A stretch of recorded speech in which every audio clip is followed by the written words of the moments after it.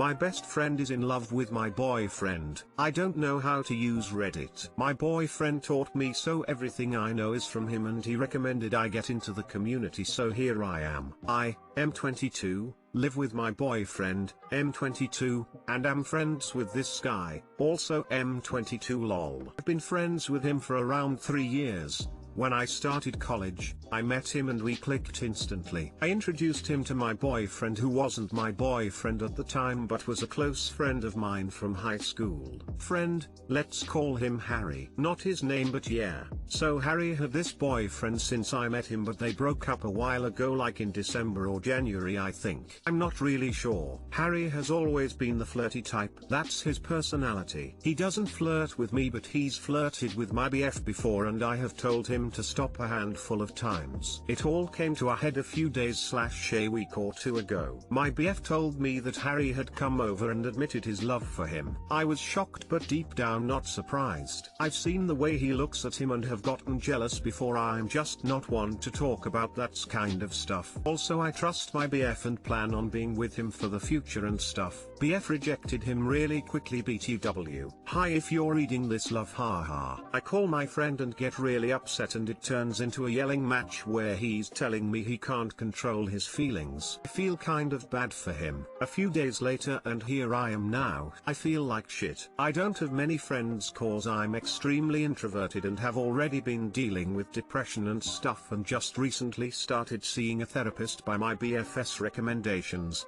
He sees one. I miss Harry. He was my best friend. And I hate not having any close friends other than my BF, since I don't want to lay everything on him. I'm asking what to do in this situation. Should I reach out to Harry and try to reconcile, or at least meet up with him to have a talk with the three of us together? I feel like we could reach a mutual understanding. My BF is iffy about it, but he wants to do what I want. But I'm not sure what I want. Too long didn't read. My best friend admitted his love to my BF.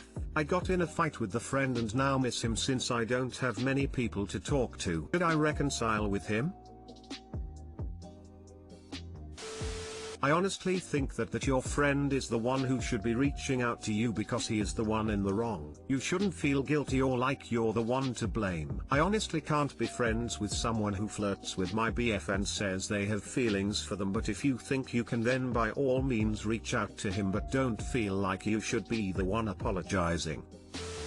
If you're in love with your best friend's partner, you don't tell the partner. You don't put that on them or your friend. Yeah, you can't help your feelings, but also it's your responsibility to manage your feelings and how you act on them. Harry is the one who owes you an apology. He threw a grenade into your relationship. As for advice, I think at this point it's time to try to make some new friends. And believe me, I know that's really hard to do as an adult, pandemic or not. But just like how you don't want to put everything on your BF, you should never put all of your friendship on one specific person. Maybe start spending some time in some online groups focused around a hobby of yours, or depending on your area, hit up some safe, socially distanced meetups. He cannot control his feelings. He can 100% control his actions! Exclamation mark. Hi lovely boyfriend. Don't take the next bit personally lol. But what if your boyfriend did not reject him? Would he have continued with the man you love? What was his intentions? Not good ones, I suspect. That is not a friend you need to have. Work on yourself. Start some classes, hobbies, book groups, etc. Even some group assertive courses or meditation/yoga, and you will soon meet some new people. Wish you all the best. Didn't take it personally. BF here, and that's exactly what I was thinking. If I didn't reject him, he would have been fine swooping me away. I think you are disrespecting your boyfriend if you continue to be friends with this guy. Is your boyfriend supposed to be comfortable if this guy starts hanging around again? I don't plan on ever having him come over and hang around again. I probably should have said that in the post. I wanted him to be my friend again but keep them separated, which my BF agrees to. Though we both came to the conclusion that if he did apologize, we'd talk to him together and set firm boundaries.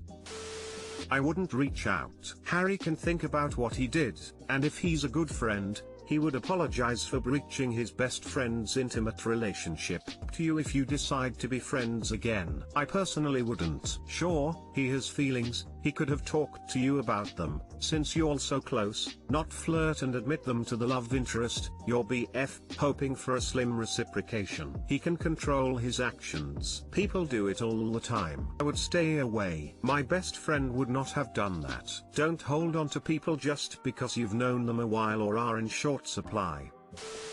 I feel deceived about my husband's finances, and it's a huge strain on our marriage. Too long didn't read. I'm in my 34F and feel, for lack of a better term, stuck in my second marriage 35M. I have been married for 4 years and I pay for, and hold the responsibility for, everything with no real effort on the part of my husband. I was married in my early 20s, he was physically and emotionally abusive and it was hell for 4 years. When I finally left, I got 2 jobs and rebuilt my whole life back from scratch. I hustled hard for a couple years. I bought my own place at 27 and spent time being single, dating and building a solid career. By the time I met my husband, I felt like I was ready to give a relationship a chance. We moved in together after a few months into his rental and I leased out my condo, thought being that if we broke up, I could easily move back into my home. Everything was great. After a few more months, his twin brother who was down on his luck ended up crashing in our spare room for several months, didn't pay rent, ate all our food and didn't clean up after himself. It drained me financially trying to keep everyone's heads above water. Trauma made me a people pleaser. Their mother is a wealthy, well-to-do entrepreneur,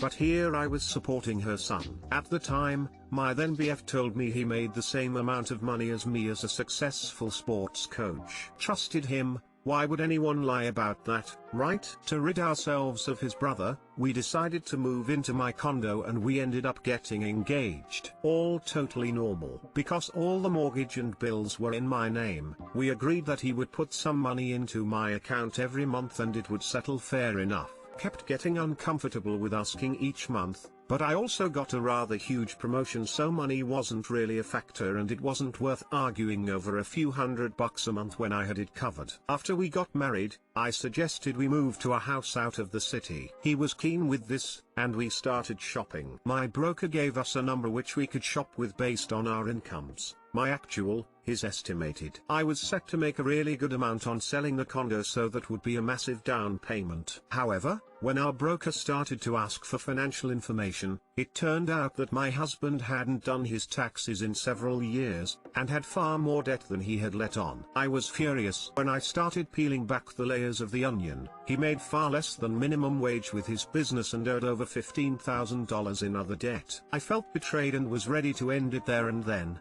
Debt is one thing, lying is another. After many days of arguing, we determined that I would pay off all the debt and start with a clean slate at the new home and try to move forward. The house came with a higher monthly cost. We agreed he would contribute $1,000, and I would contribute $2,000, which would cover all monthly bills and a buffer left over. I made more, I could afford more, and it seemed fair. He has contributed his portion nearly 11 times in those 3 years. When he does chip in, he wants a parade as if he is doing some huge favor. Over those 3 years, we have had the same conversation over and over. He buys things for him, but doesn't put any money into the account for bills, ever. Even when I ask, he says he will and then doesn't. He can afford his beer, his weed, his sports equipment and buying the high-end branded stuff, whereas I am sitting here budgeting how the hell I am going to pay the home insurance or get my car fixed. What he does earn, he keeps to himself. It is not like he doesn't know the cost of our living. I often talk about the bills and monthly output and how much of a struggle it is, but it falls on deaf ears. I have tried writing out and working through budgeting with him. I have tried setting calendar reminders in his phone to make a payment. He is not comfortable with setting up auto payments, he says. We were trying for a baby, but when I started to realize that he couldn't possibly help support us while I was on mat leave, and that he makes less than childcare costs a month, I said we needed to stop trying. I have tried approaching this money topic in many different ways and none of them work. At this point, I am working 60 hours a week and studying at the same time. I hate my job but can't leave because it pays well, helps with my education and keeps a roof over our heads. He kind of works, but COVID has meant his industry, athletics/sports, has been hit and miss with consistency this last year. He isn't really qualified for anything else as he has been working in this field for 15 years and didn't finish university. He hasn't made any effort to backfill his losses, and has laid around a lot playing video games. He seems really happy with me subsidizing his life. We have had many conversations about it, to the point that I was getting anxiety attacks worrying about how the hell to keep a roof over our heads. He hasn't made any effort to meet me in the middle. He listens, but does nothing. He could very easily pick up a hammer as he has done in his younger years. I remind him of what it was like when his twin lived with us. It is the same, like a teenager laying around and lying when he's called out. I recently learned that when we met, his mom was helping with his rent. A 30-year-old man. I feel so deceived. After all the trauma of the past marriage, I had hoped the nice guy would be the best for my future happiness and emotional/physical safety. I was so wrong. Whenever I have raised the issue, he immediately jumps into the "I'm struggling, I am depressed," but has never taken up the multiple counseling resources we have available and says he doesn't trust therapists. WTF? I am so turned off being intimate, I recoil. He no longer makes me laugh. Can barely respond when he tries to be endearing. Our last conversation was 3 weeks ago. I told him this was my last straw. I am not happy and this constant conversation is exhausting and unfair. I don't see any way out of this until he hits rock bottom, but I worry about his mental health. What is even more infuriating is that after paying all of the bills, paying off his car, buying our home and everything else in between, if we did divorce, he would get half of everything I have worked my ass off for without lifting a finger. I don't want to lose my house. It is my dream home. I didn't ask for a prenup because I really didn't think I had to, but I am kicking myself. Is there another approach I should try? I feel that I know what the answer is, but I need some help getting there without feeling tremendous guilt and shame. Divorcing him now will be cheaper than sustaining him later. He's a leech, not a partner. You can't fix that, and you should not let him sugarcoat it. It seems he never learned about financial responsibility and isn't interested in doing the work of building a future with you unless it's easy for him. It isn't your job to teach him or keep him afloat. Surely you're doing a huge favor for the mom who ditched him and his brother. You've made so many mistakes already. Get some self-respect and divide accounts ASAP. Also, keep your apartment for now. Do not have a child with this guy. You deserve so much better. Absolutely. Talk to a lawyer. Whatever amount he gets of yours in a divorce, in a way, he already has it now. If you divorce him, all your future income is yours alone. Cut your losses. Your income will also feel like more if you don't have a deadweight pulling you down. He doesn't respect you and he obviously is happy using you as financial support instead of his mother. It absolutely sucks that he had dug his claws into so much of your money and assets. And I know this is your dream home, but even about the day I fucked up, the house will start feeling like a prison if you are trapped in it with the wrong person. Hashtag you paid off his loan?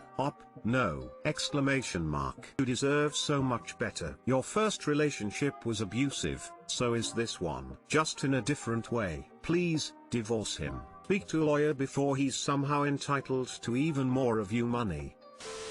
In love all over again after relationship therapy, but how do we keep the spark alive? My husband, 40M, and I, 37F, have been married for 15 plus years, and have 2 toddlers. When we met we were really into each other, we couldn't keep our hands to ourselves.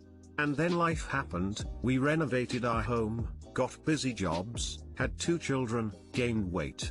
And with all that we stayed friends, but sex or intimacy was no longer happening. Last year during lockdown we were at our lowest, we weren't communicating, lost each other. I felt unhappy, lonely and unloved, broke down and told him we were either getting a divorce or getting relationship therapy. We decided to try therapy, not really believing in it, but felt like we owed it to our children to try everything before we got divorced. He yelled, cried, we're at our lowest, but step by step realized love was still there. We started talking again, about things other than the kids, had date nights, at home thanks to COVID, and then chemistry came back.